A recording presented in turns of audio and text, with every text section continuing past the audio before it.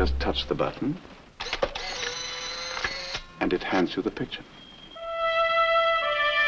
It was miraculous. You know, you watched the picture come out of the mist in front of you while it processed itself. It's still very strange to do. I can tell you that when I shoot these things, especially if you give one to a kid who's never seen one before, they think it's the world's best party trick.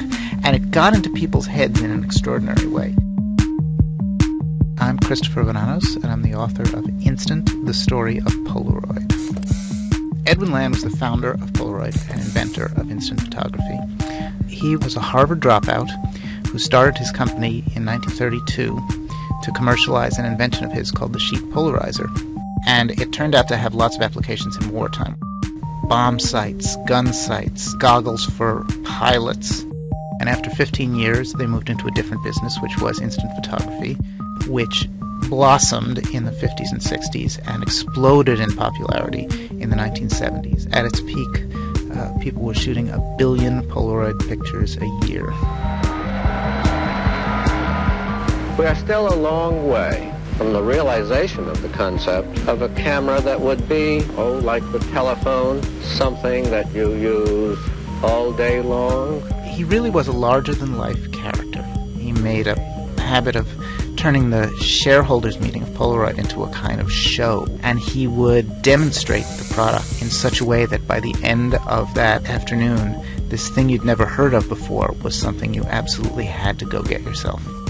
It really does seem like we're talking about Steve Jobs, and in fact that is not an accident. Jobs idolized Land, and he was watching all this back in the 70s when Apple was a tiny little baby company. Jobs explicitly said that he built Apple on the Polaroid model.